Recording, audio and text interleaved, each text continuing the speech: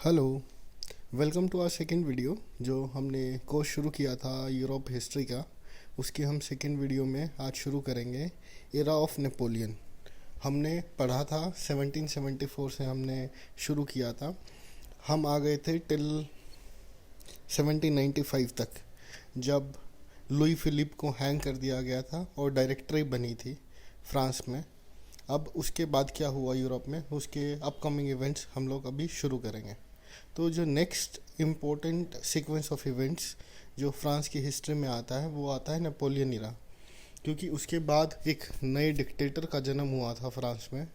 आप इसको डिक्टेटर भी कह सकते हो, एक रिवोल्यूशनरी भी कह सकते हो, या एक ऐसा बंदा कह सकते हो जिसने बहुत सारे रिफॉर्म्स किए थे। कुछ ऐसे रिफॉर्म्स भी किए थे जो आज भी हमको रिलेवेंट हैं, हमारे हमारे आसपास हमको जो देखने को मिलते हैं, वो एक्चुअली नेपोलियन ने स्टार्ट किए थे। तो चलिए हम सबसे पहले थोड़ा सा नेपोलियन के बारे में जान लेते हैं। Napoleon was born on island of Corsica in Mediterranean city. Napoleon का जन्म हुआ था आइलैंड ऑफ कोर्सिको में।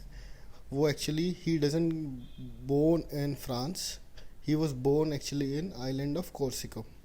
उसके बाद उसके फादर थे, he was a rebel who fought for independence of Corsico from French throne। उसके जो फादर थे वो actually he was a fighter for Corsica from France. आप देखिए कि जिसके फादर फ्रांस से लड़ रहे थे वो एक्चुअली में बाद में जाके फ्रांस का रूलर बनता है। नेक्स्ट पॉइंट है, Napoleon was enrolled into a military school in 1779। Napoleon को 1779 में मिलिट्री स्कूल में एडमिशन मिला था। जब वो 16 साल का हुआ तभी उसने अपनी ग्रेजुएशन कंप्लीट कर ली और he was registered into army of France. 16 साल की उम्र में जैसे ही उसने ग्रेजुएशन कंप्लीट की, आर्मी स्कूल से उसको वहाँ पे direct artillery unit of France में ज्वाइनिंग मिल गई थी। He was actually a supporter of revolutionaries, और उसने जो फ्रांस में रिवॉल्यूशन का जो फेज़ आया था, उसकी जो मूवमेंट्स चल रहे थे, उसमें वो काफ़ी एक्टिव था। उसने जो जैकोबियंस थे, जो जैकोबियन क्लब बना था, उसको काफ़ी सपोर्ट भी किया था। और जब जैकोबियंस ने फिलिप लुई को हैंग कर दिया, जब वो पावर में आए, तो क्या हुआ, जैकोबियंस ने नेपोलियन को की ड्यूटी कॉर्सिको में लगाई। They want to conduct elections there, तो जैकोबियंस ने इलेक्शंस की ड्यूटी लगी कोर्सिको में ही, जहाँ पे उसका बर्थ हुआ था। अब ऑब्वियस ही बात है, नेपोलियन का जहाँ बर्थ हुआ था, लोग फाइट कर रहे थे फ्रांस के लोगों से।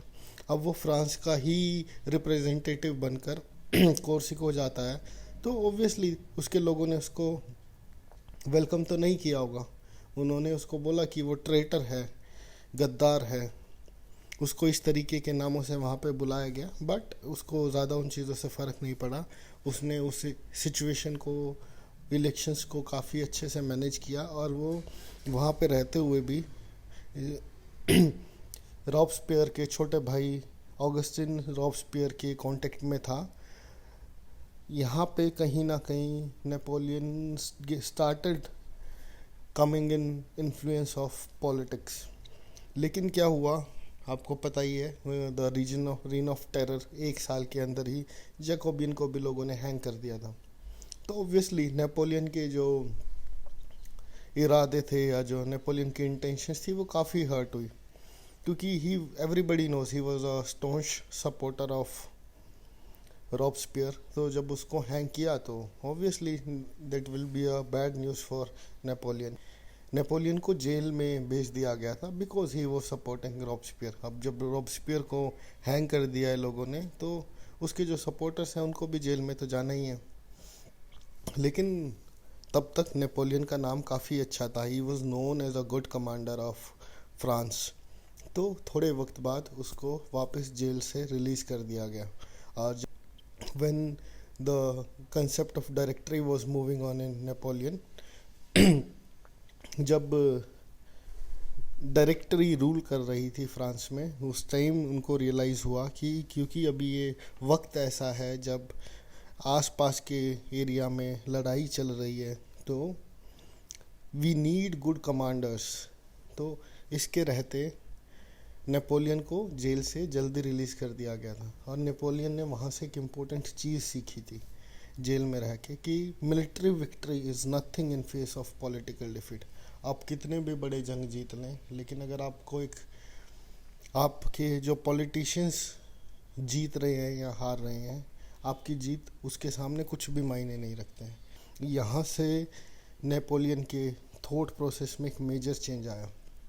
Now he started to keep an eye on directories, जो डायरेक्टर्स बने थे उनके ऊपर नज़र रखने की उसने कोशिश की। वहाँ पे जो टॉप मैनेजमेंट है, आप ये कह सकते हैं जो टॉप गवर्नमेंट ऑफिशियल्स थे, उनके कांटेक्ट में आने की कोशिश की, और उसका एक बहुत जल्द ही नेपोलियन को अपॉर्चुनिटी मिल भी गई।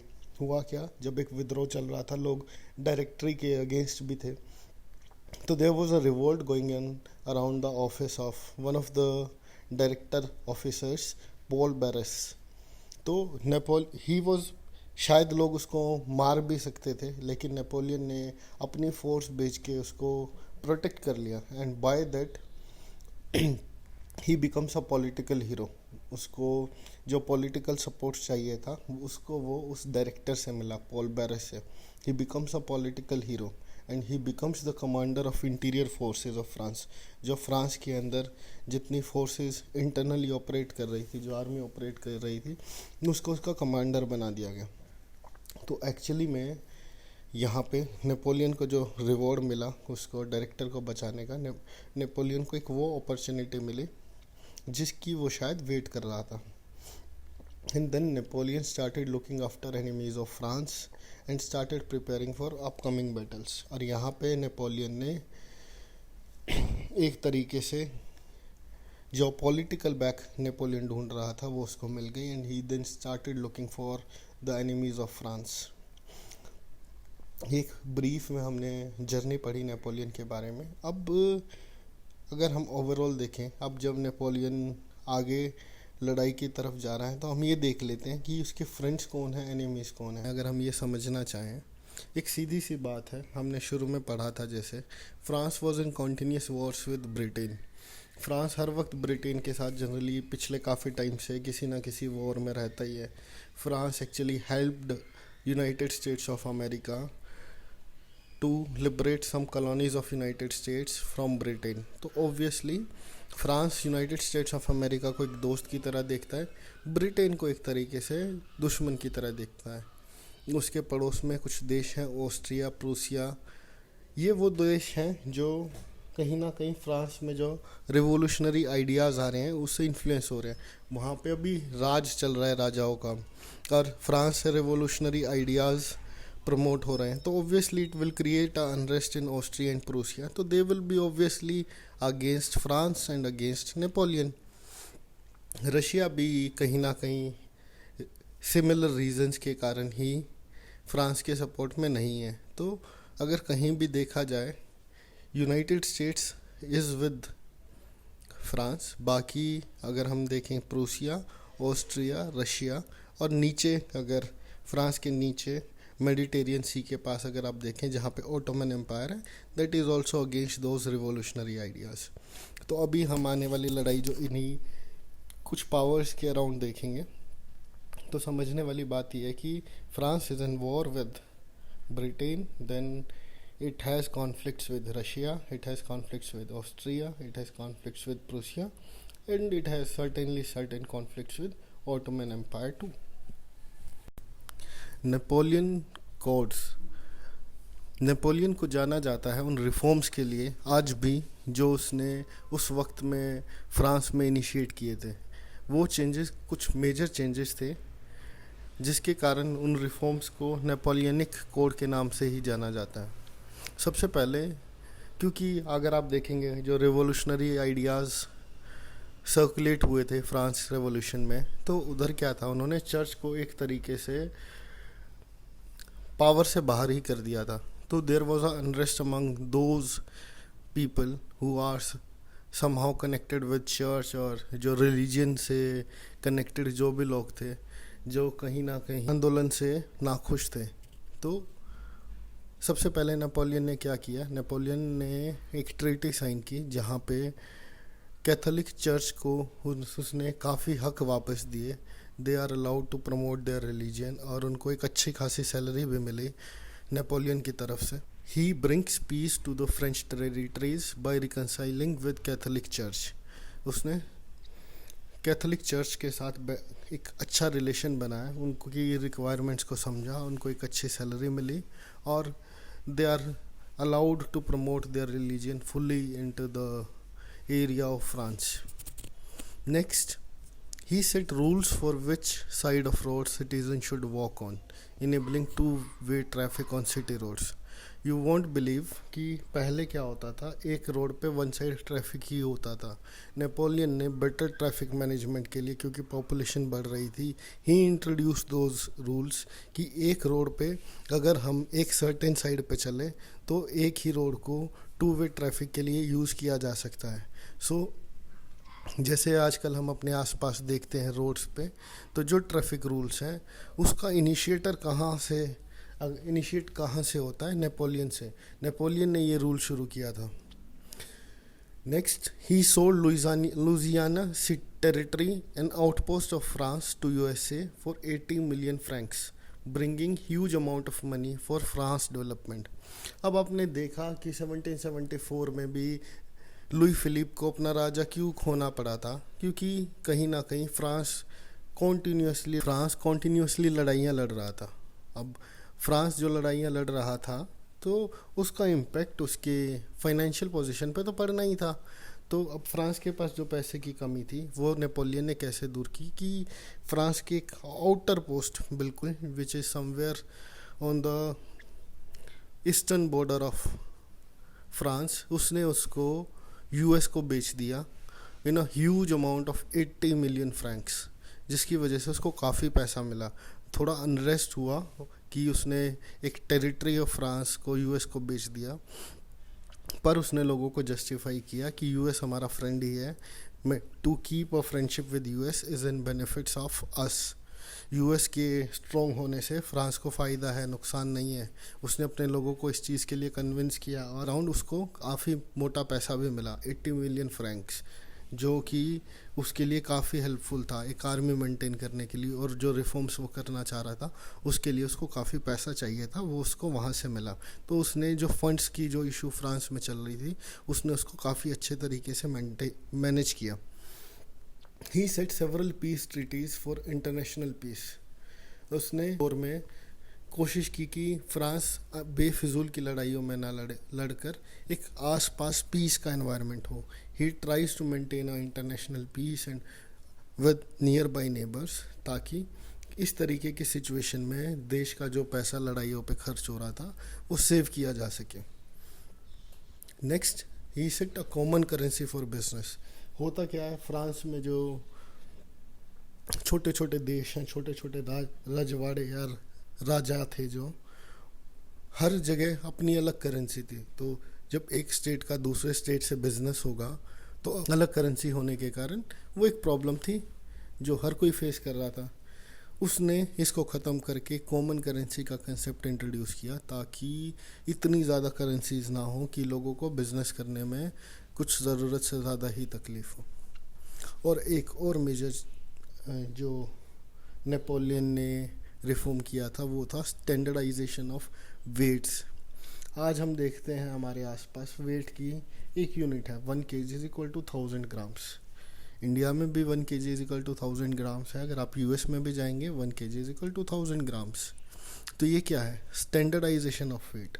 वेट की एक स्टैंडर्ड यूनिट है कि 1 किलो में 1000 ग्राम ही होंगे, चाहे आप किसी भी देश में किसी भी जगह चले जाएं। ऐसा पहले नहीं होता था। फॉर एग्ज़ाम्पल 1 किलो फ्रांस में, 1 किलो जर्मनी में हो सकता है एक जगह 950 ग्राम हो, एक जगह 980 ग्राम हो, एक जगह 1200 ग्राम हो। तो सपोज़ कीजिए आपको कुछ सामान ख़रीदना है या बेचना है, ये तो बड़ी दिक्कत हो जाएगी। तो यूनिट्स का स्टैंडर्डाइजेशन होना ज़रूरी है। इस चीज़ को नेपोलियन ने समझा था and he introduced those changes. That is why these reforms are so important. And अब नेपोलियन ने रिफॉर्म्स कर दिए, उसने इंटरनेशनल बॉर्डर पे पीस की कोशिश की, पर एक्चुअली में पीस हो नहीं पाया। नेपोलियन ने जिस साल पीस ट्रीटी साइन की थी। नेक्स्ट ईयर 1804 में he Britain declared war against France, और नेपोलियन के इन चेंजेस के कारण काफ़ी अनरेस्ट था, तो रशिया एंड ऑस्ट्रिया ने उसको सपोर्ट किया। अब फ्रांस के इन चेंजेस को फ्रांस के लोगों ने तो काफ़ी अप्रिशिएट किया, और उसको जब ये पता चला कि बाकी सब लोग नेपोलियन के विरोध हो गए हैं, तो senate of France declared Napoleon as emperor of France. अब नेपोलियन को पावर मिल गई थी, उसको एम्परर बना दिया गया था। तो ब्रिटेन से निपटने के लिए नेपोलियन ने समझा कि ब्रिटेन की जितनी स्ट्रॉन्ग नेवी है उससे सीधे सीधे लड़ाई करना तो समझदारी नहीं होगी। उसने क्या किया, ब्रिटेन के जितने भी सिटीजन्स थे ना, मेल सिटीजन्स 18 साल से लेके 60 साल तक के फ्रांस में जितने भी लोग थे उन सबको अरेस्ट कर लिया, ताकि ब्रिटेन के ऊपर प्रेशर बनाया जा सके। क्योंकि उसको ये तो पता था कि नेपाल की जितनी ब्रिटेन की जितनी स्ट्रॉन्ग नेवी है ना, उसको डायरेक्टली ऐसे हम डिफीट नहीं कर पाऊँगा मैं, तो मुझे कोई ट्रिक लगानी पड़ेगी, कोई फार्मूला ऐसे लगाना पड़ेगा कि मैं उसके ऊपर प्रेशर बना सकूं। दूसरा, उसने समझा कि ब्रिटेन के पास जो मेजर सोर्स ऑफ इनकम है उसकी कॉलोनी है इंडिया। इंडिया से उसको काफ़ी रॉ मटेरियल या काफ़ी पैसा मिलता है, तो उसने उस रास्ते को ब्लॉक करने की कोशिश की, और वो उसकी शिप्स जो बिज़नेस के लिए जो शिप्स ट्रैवल करती थी उसने उन एरियाज़ को ब्लॉक करने की कोशिश की। तो उसने जो अफ्रीकन की जो इजिप्ट और बाकी एरियाज़ थे जहाँ से इंडिया के साथ बिज़नेस ऑपरेट होता था, उसने वहाँ पे काफ़ी स्ट्रांगली अटैक किया ताकि ब्रिटेन को फिनेंशियली नुकसान पहुँचाया जा सके। तो वहाँ पे उसने ब्रिटेन को काफ़ी इम्पेक्ट किया, और ब्रिटेन को एक तरीके से वहाँ पे उसने पीछे धकेल दिया। अब वहाँ पे नेपोलियन को जब वो जीत मिली जो कि उसने एक्सपेक्ट नहीं की थी, उसने ब्रिटेन को फ़िलहाल कुछ वक्त के लिए जब शांत कर दिया, तो उसको समझ में आया कि ठीक है अब ब्रिटेन हो गया, अब नेक्स्ट टर्न है ऑस्ट्रिया की और प्रूसिया की, क्योंकि इन लोगों ने भी कहीं ना कहीं नेपोलियन को परेशान करने की कोशिश तो की थी। बाय दैट टाइम ब्रिटेन को हराने के बाद या ब्रिटेन से इस तरीके की एक ट्रीटी साइन करने के बाद नेपोलियन का काफ़ी नाम भी हो गया था यूरोप में। He developed as a power house in Europe. दूसरा, जर्मन से रिलेशन मेंटेन करने के लिए जर्मनी स्टेट्स में अब उसको ये पता था प्रूशिया एक ऐसा देश है जहाँ पे उसको प्रूशिया के साथ कभी भी, जैसे हम इंडिया और पाकिस्तान का देखते हैं, हम कहीं पे भी स्टेबल नहीं है। Prussia can any time attack France. तो उसने जर्मनी की बॉर्डर, प्रूशिया के बॉर्डर के पास जर्मनी स्टेट्स का एक कॉन्फेडरेशन बनाया, जहाँ पे एक, आप ये कह सकते हैं, एक लैंड का वो area which acts as a border between Prussia and France. तो ताकि वो प्रूसिया की किसी भी हरकत पर नज़र रख सके, उसने उसके आसपास के लैंडस्केप के ऊपर अपनी नज़र बनाने के लिए जर्मनी टेरिटरी में एक बफर रीजन बना लिया। ओब्वियसली ये चीज़, अब आपके पड़ोस में कोई आपके ऊपर घात लगाए बैठा हुआ है, जब उनको प्रूसियन एम्पायर को ऐसा पता चला कि that ways Napoleon can keep an eye on them, तो ओब्वियसली उन्होंने बोला कि नहीं, ऐसे नहीं चलेगा। उन्होंने they declare a war against Napoleon. अब वॉर शुरू हुई तो नेपोलियन जो चाहता ही ये था, नेपोलियन ने जर्मनी प्रूशियन फोर्सेस को अच्छे तरीके से उस वॉर में डिफीट किया, और ना सिर्फ जर्मन प्रूशियन फोर्सेस को, उसके पीछे अगर आप मैप पे देखेंगे, मैं आगे वीडियो में कवर करूँगा जो ये चीज़, जर्मनी प्रूशियन फोर्स के अलावा पोलैंड तक नेपोलियन का किंगडम एक्सटेंड हो गया था। यहाँ तक कि ये समझिए that was a reason of Russian forces. अब जब रशियन फोर्सेस तक बात पहुँच गई, तो जो रशियन किंग है उसका जो किंगडम का एरिया था पोलैंड, जब नेपोलियन ने उसको अपने किंगडम में मिला लिया, तो he was humiliated. The ruler of Russia at that time was Tsar Alexander. He was humiliated and he tries to make a treaty with Napoleon. उसने बोला कि रशिया और फ्रांस को दोस्त होने की ज़रूरत है। अगर रशिया और फ्रांस आपस में लड़ेंगे तो दुनिया में कहीं भी खुशी नहीं हो पाएगी। हमारे लोग खुश रहें, इसके लिए ज़रूरी है कि हम दोनों के बीच में शांति हो। तो 1807 में नेपोलियन और अलेक्जेंडर की मीटिंग होती है एंड अलेक्जेंडर ये जानता था कि कहीं ना कहीं नेपोलियन हेट्स ब्रिटिश पीपल। तो उसने बोला कि अलेक्जेंडर ने भी उसी तरीके से एक्सप्रेस किया। ही expresses his hatred for British and he said अगर आपको ब्रिटिश के अगेंस्ट कोई भी वेंचर करना है ना तो मैं हमेशा आपके साथ हूँ। आई हेट दोज पीपल, मुझे ये लोग बिल्कुल भी पसंद नहीं है। ये चीज़ नेपोलियन को काफ़ी पसंद आई और उसको लगा कि उसको एक स्ट्रॉन्ग एम्पायर का साथ मिल गया। अब तो वो ब्रिटेन को ख़त्म कर सकता है या नेपोलियन ब्रिटेन एम्पायर को जड़ से हिला सकता है।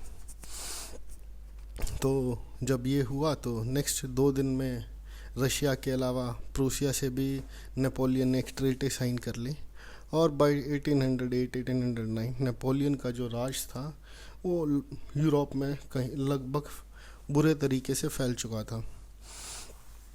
फिर 1809 में अगर हम बात करें तो 1809 में नेपोलियन की एक वाइफ थी जोसेफाइन, उसका उससे डाइवोर्स हो गया। He was having some issues with him.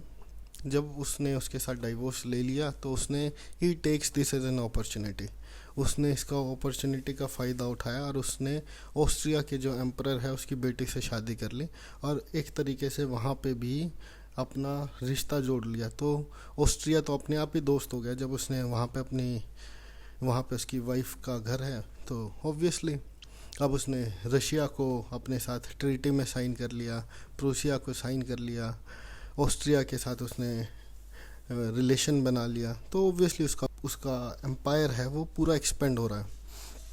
He was literally able to control whole of Europe. अब क्या है, नेपोलियन ने इतनी सारी ट्रीटी साइन कर ली, ऑस्ट्रिया में उसने शादी कर ली, तो उसका एम्परर काफ़ी बढ़िया चल रहा था। लेकिन हुआ क्या, उसी वक्त रशिया में कुछ इकोनॉमिक इश्यूज थे। उसने अपने पोर्ट्स ब्रिटिश के लिए खोल दिए ताकि वहाँ से कुछ बिजनेस किया जा सके। ये नेपोलियन ने जब रशिया के साथ ट्रीटी साइन की थी ये उसके अगेंस्ट था। तो he says you are breaking a treaty. तो उसने बोला कि ऐसे तो नहीं चलेगा, ऐसे तो फिर आपको मेरे साथ लड़ाई लड़नी पड़ेगी। Russia was left with no other option. तो 1812 में Napoleon declared a war against Russia for breaking a treaty. जो बात हमारे बीच हुई थी कि भाई ना मुझे ब्रिटिश पसंद है ना तुझे ब्रिटिश पसंद है, तो हम उसको सपोर्ट नहीं करेंगे। लेकिन रशिया ने कहीं ना कहीं वो चीज़ को पूरा नहीं किया। अब नेपोलियन इस टाइम काफ़ी स्ट्रॉन्ग था क्योंकि उसने इतनी सारी ट्रीटी साइन की, पूरा यूरोप उसको कहीं ना कहीं वो कंट्रोल कर रहा था। उसके पास Dutch, Prussian, Polish, Austrian soldiers थे। लगभग 6 लाख सोल्जर्स की उसने एक पूरी फौज तैयार की एंड वो निकल पड़ा फ्रांस से, रशिया से लड़ने के लिए। अब जैसे जैसे वो रशिया में आगे बढ़ता जाए, रशियन फोर्सेस, उसका खौफ इतना था कि धीरे धीरे पीछे हटने लगे। अब उसके लिए, नेपोलियन के लिए ये एक्सेप्ट कर पाना थोड़ा मुश्किल था, पर उसके लिए रशिया में घुसना धीरे धीरे वो सिटीज़ आफ्टर सिटीज़ रशिया की जीतता गया, धीरे धीरे बढ़ता गया। अब जब रशिया के जो किंग है अलेक्जेंडर है उसको पता चला कि भाई ये क्या हो रहा है, हम इतनी ईजिली हार रहे हैं, तो उसने अपने कमांडर को चेंज कर दिया। जो उस टाइम उसका कमांडर था ही वॉज बाकले को हटा के मिकेल को कमांडर ऑफ रशियन फोर्सेस बनाया गया। अब मिकेल एक नए तरीके का सोच वाला व्यक्ति था। उसने किया, उसको जब ये बात समझ में आई कि बाकले ने कुछ गलत तो नहीं किया था, जैसी फोर्सेस नेपोलियन के पास हैं उनको इस वक्त इस एरिया में हराया जाना तो इम्पॉसिबल है। तो वो क्या हुआ, धीरे धीरे पीछे हटता गया और नेपोलियन आगे बढ़ता गया। लेकिन जहाँ जहाँ से नेपोलियन जीतता गया उसने उन पूरे शहर के शहरों को आग लगा दी। ऐसा उसने क्यों किया कि नेपोलियन के पीछे कोई सिटी ना बचे जहाँ से उसको सपोर्ट मिले।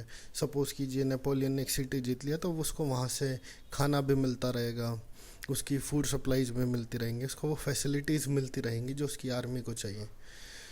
मिखेल ने इस बात की ज़रा भी परवाह नहीं की कि वो अपने देश में आग लगा रहा है, लेकिन नेपोलियन को कोई सपोर्ट ना मिले। ऐसा भी ना हो कि नेपोलियन को, उसने अगर वो सिटी जीत ली तो वो सिटी से उसको कोई सपोर्ट मिले। सिटी आफ्टर सिटी मिकेल जिस भी सिटी को नेपोलियन जीतता उसको वो आग लगा देता। तो नेपोलियन ऐसे धीरे धीरे रशिया में अंदर आता गया।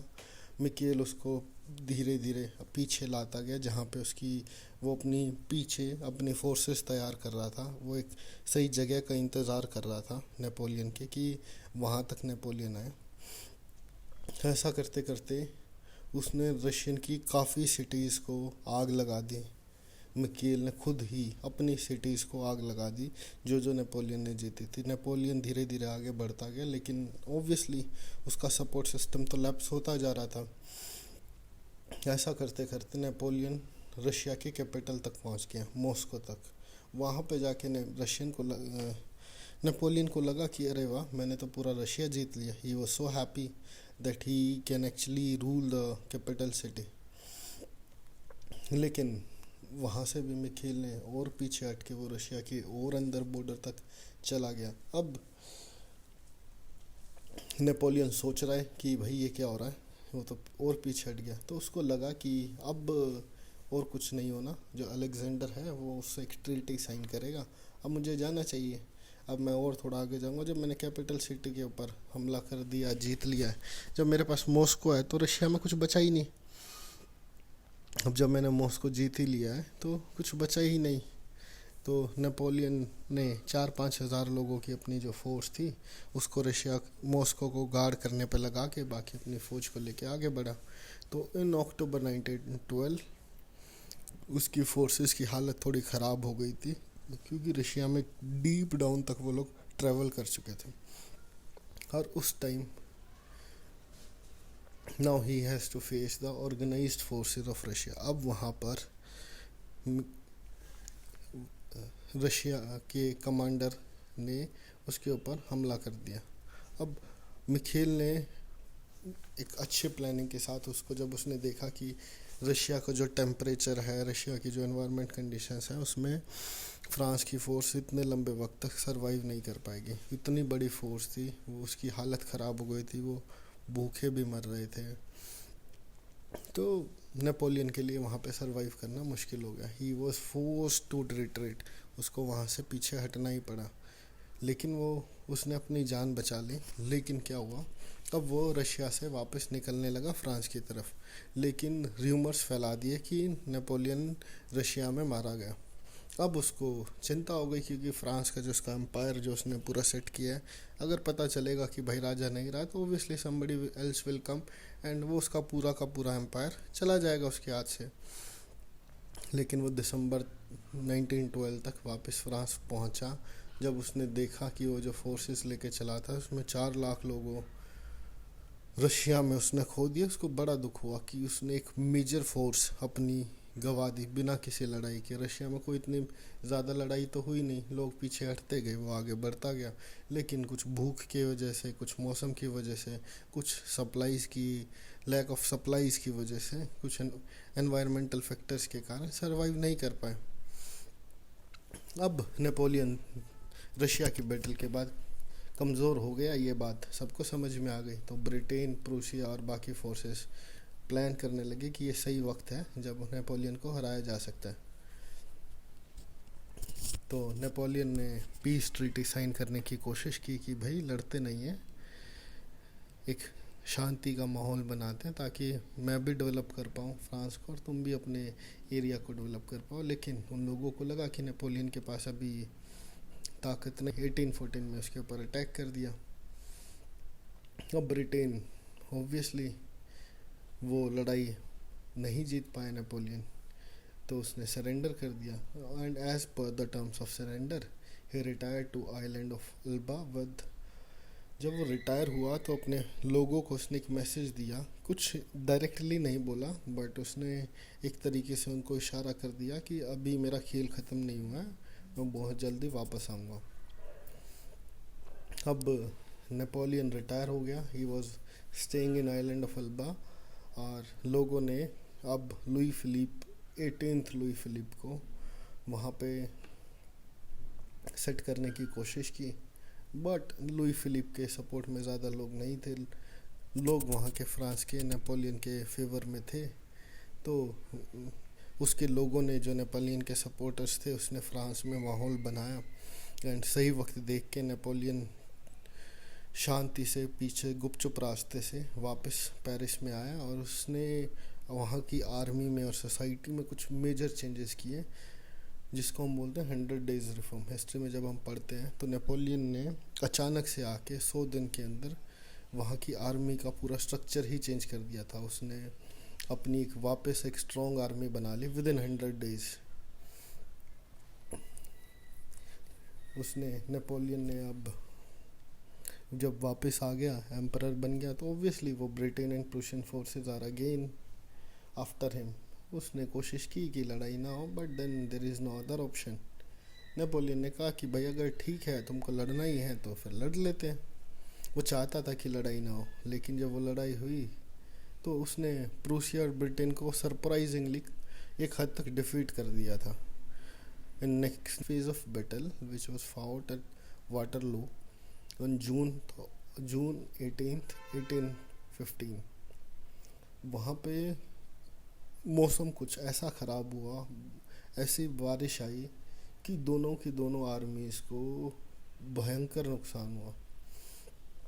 दोनों की आर्मीज़, ये समझिए 50% आर्मीज़ डिस्ट्रॉय हो गई उस तूफ़ान के आगे। तो नेक्स्ट डे जब वापस बैटल हुई तो उस बैटल में नेपोलियन को एक डिफीट मिली।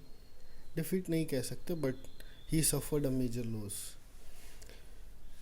अब लोगों ने उसको घेरने की कोशिश की, लेकिन उसके जो सब लॉयल सोल्जर्स थे उसने नेपोलियन को एस्केप करने में हेल्प की। नेपोलियन को वहाँ कोई मार नहीं पाया। नेपोलियन वापस फ्रांस पहुँच गया। वापस फ्रांस पहुँच के उसने अपना किंगडम संभाला। अब ऑब्वियसली वहाँ पहुँच गए तो ब्रिटेन की आर्मी और जो फोर्सेस है वो वहाँ पे आएंगे। अब उसने कोशिश की, अब उसको पता था कि अगर वो फोर्सेस यहाँ पे आ गए तो इसका मतलब फ्रांस में काफ़ी मार काट होगी। फ्रांस की जो भी डेवलपमेंट हुई है, जो भी इंफ्रास्ट्रक्चर है, वो ख़राब हो जाए। ही वांटेड कि वैसा ना हो। उसने कोशिश की to sign a peace treaty, लेकिन वो नहीं हो पाया। वो ये भी चाहता था कि पिछली बार की तरह उसको किसी आइलैंड पे संन्यास लेकर ना भेज दें। वो चाहता था कि वैसा कुछ ना हो। उसने प्लान ये किया था कि मैं एक्सेप्ट कर लेता हूँ डिफीट और मैं कहीं ना कहीं यूएस में चला जाऊँगा। यूएस क्योंकि they are supporters of France, वहाँ पे उसको जगह मिल जाएगी, फिर वो सही वक्त देख के वापस एम्पायर संभाल लेगा। लेकिन ब्रिटिश इस बार प्रिपेयर्ड थे, दे आर वेल प्लान्ड। उसने उसको अरेस्ट किया और सेंट हेलेना के एक आइलैंड पे उसको भेज दिया। वहाँ पे फाइनली नेपोलियन 1815 में पहुँचा और वो वहाँ से निकल नहीं पाया कभी।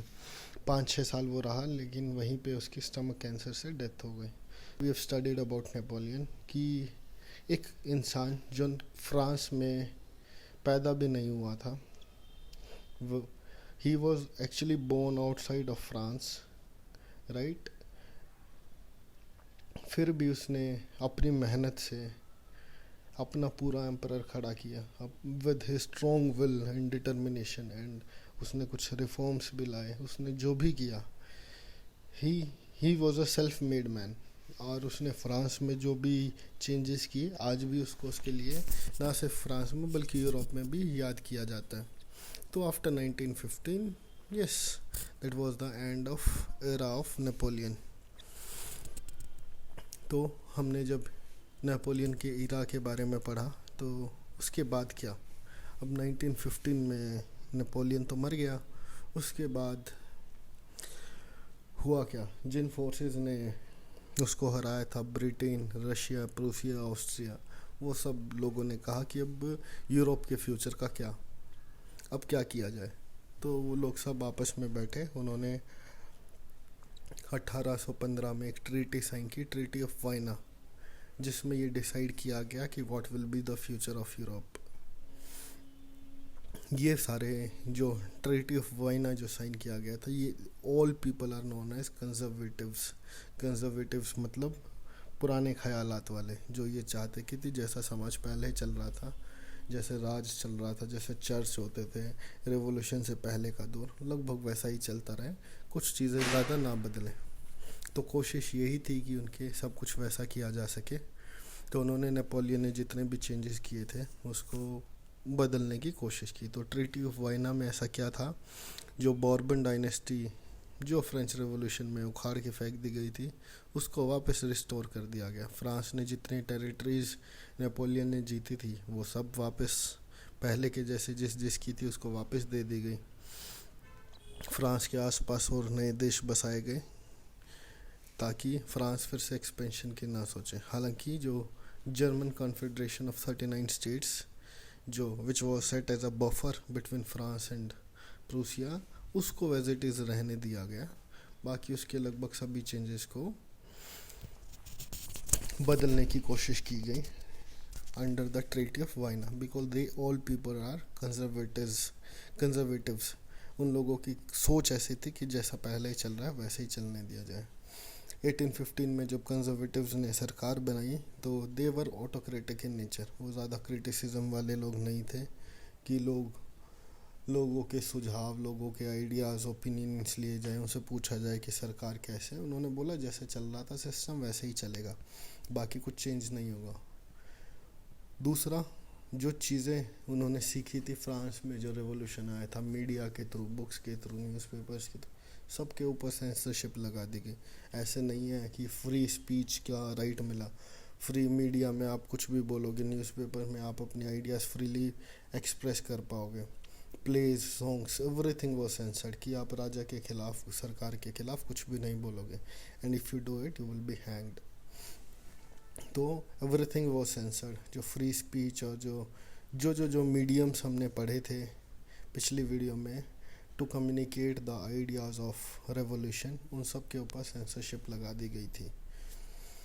ठीक है, तो अगर हमने जो चीज़ें पढ़ी, हमने अब तक इस वीडियो में क्या क्या किया, हमने नेपोलियन के इरा के बारे में पढ़ा, नेपोलियन ने क्या रिफॉर्म्स किए थे उसके बारे में पढ़ा, और नेपोलियन के जाने के बाद जो कंजर्वेटिस्ट सोच के लोग थे उन लोगों ने कैसी सरकार बनाने की कोशिश की।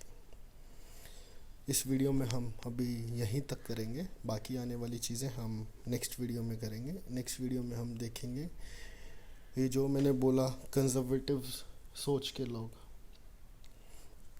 और जो रिवोल्यूशनरीज थे उनका इसके ऊपर क्या रिस्पॉन्स आया, लोगों ने इस नई कंजर्वेटिस्ट गवर्नमेंट के खिलाफ क्या रिस्पॉन्स दिया, रिवोल्यूशनरीज ने फिर क्या किया यूरोप में, उसके बाद क्या हुआ।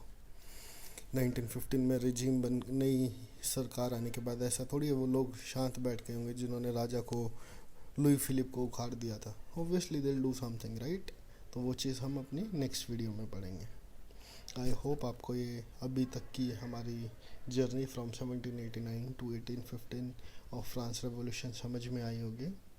अगर फिर भी आपको कोई डाउट लगे, आपको लगे मैं ज़्यादा तेज़ पढ़ा रहा हूँ, तो आप प्लीज़ मुझे कमेंट करके बताइएगा, ठीक है। तो आज के लिए इतना ही। प्लीज़ ये वीडियो लाइक ज़रूर कीजिएगा और अच्छे लगे तो शेयर भी कीजिएगा।